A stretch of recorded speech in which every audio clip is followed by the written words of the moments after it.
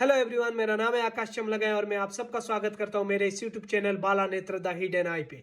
आज की इस वीडियो पे हम लोग बात करने वाले हैं बांग्लादेश की पॉलिटिकल हिस्ट्री 1990 से लेकर 2023 तक। इसके पहले वाले वीडियो में हम लोगों ने बात की थी 1971 से लेकर 1990 तक की बांग्लादेश की हिस्ट्री।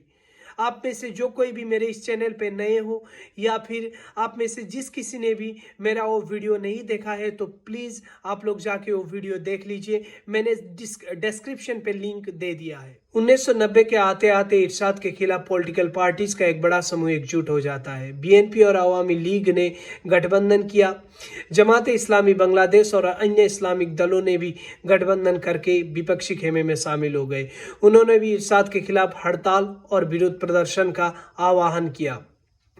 तो 1990 के अंत तक लगातार प्रोटेस्ट, पब्लिक रैलीज, इरशाद के खिलाफ छात्रों के द्वारा विरोध प्रदर्शन, तो ये सारी चीजें होती है जिसके दबाव में आके 6 दिसंबर 1990 को इरशाद अपना इस्तीफा दे देते हैं। अब बांग्लादेश में फिर से इलेक्शंस होते हैं। इस्लामिक पार्टी जमाते इस्लामी बांग्लादेश की मदद से बीएनपी की लीडर खालिदा जिया बांग्लादेश की पहली महिला प्रधानमंत्री बनती है। फिर मार्च 1994 में एक संसदीय उपचुनाव पर विवाद हुआ जिसके बारे में विपक्ष का दावा था कि सरकार ने धांधली की है, जिसके कारण पूरा विपक्ष ने संसद का अनिश्चितकालीन बहिष्कार कर दिया। शेख हसीना ने 15 फरवरी 1996 को होने वाले चुनाव का भी बहिष्कार करने की प्रतिज्ञा की थी। 1996 के फरवरी में खालिदा जिया फिर से चुन के आती है, पर बांग्लादेश के 3 मेन अपोजिशन पार्टीज ने इलेक्शंस को अनफेयर कहा, जिसकी वजह से जिया गवर्नमेंट को एक कॉन्स्टिट्यूशनल अमेंडमेंट लेके आना पड़ता है ताकि एक न्यूट्रल केयरटेकर गवर्नमेंट रहे और उनकी रेखदेख में पार्लियामेंट इलेक्शंस कंडक्ट हो।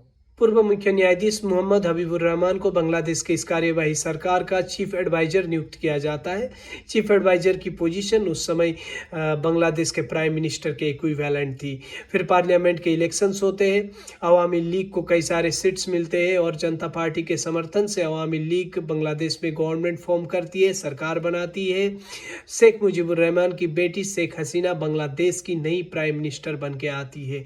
फिर 1996 से 2001 तक बांग्लादेश में शेख हसीना प्राइम मिनिस्टर रहती है। प्राइम मिनिस्टर बनने के बाद शेख हसीना ने जातीय पार्टी और जातीय समाजतांत्रिक दल के लोगों को अपनी मिनिस्ट्री में जगह दी, इसलिए उन्होंने इसको राष्ट्रीय सहमति की सरकार कहा।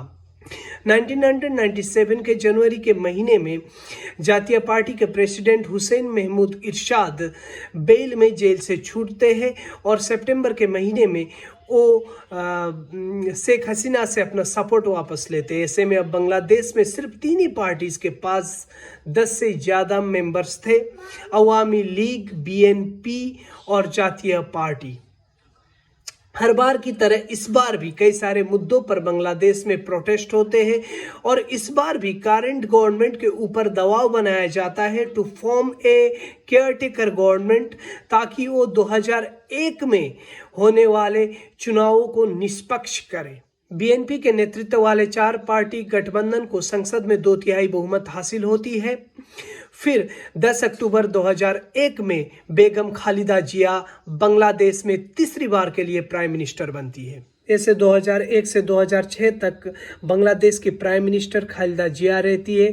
2006 के अक्टूबर के अंत में खालिदा जिया का सरकार का भी अंत होता है। उसके बाद बांग्लादेश में विरोध प्रदर्शन होता है, हड़तालें होती है, वायलेंस बहुत ही ज़्यादा बढ़ने लगता है, क्योंकि अब जो केयरटेकर गवर्नमेंट बनेगा उसका नेतृत्व कौन करेगा, इसके अनिश्चयता के कारण इतना ज़्यादा वायलेंस बांग्लादेश में होता है।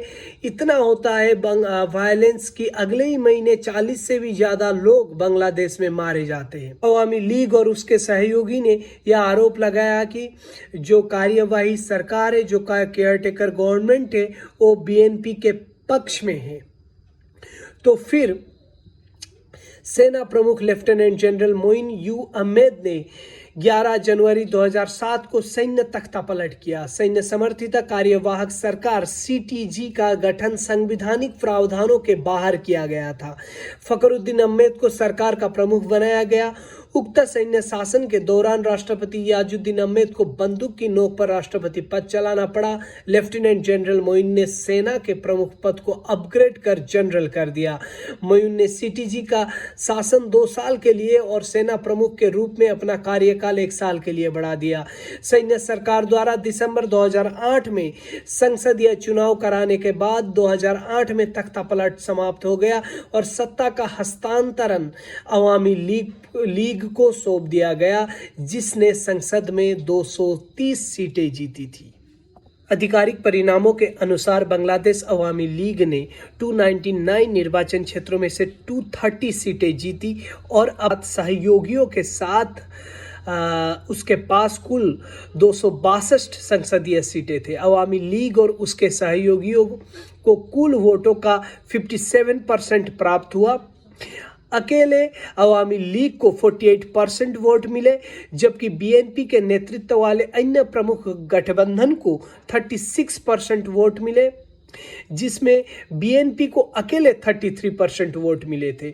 पार्टी प्रमुख के रूप में शेख हसीना बांग्लादेश की फिर से नई प्रधानमंत्री बनती है। उनका कार्यकाल 7 जनवरी 2009 को शुरू होता है। इस बार नए कैबिनेट में कई सारे नए चेहरे थे। उसमें से प्रमुख पदों पर 3 महिलाएं शामिल थी। डॉक्टर दीपू मनी विदेश मंत्री, मतिया चौधरी कृषि मंत्री और सहरा खातून गृह मंत्री। 25 और 26 फरवरी 2009 को बांग्लादेश राइफल्स के एक हिस्से द्वारा एक विद्रोह होता है, जिसे हम बांग्लादेश राइफल्स विद्रोह के नाम से जानते हैं।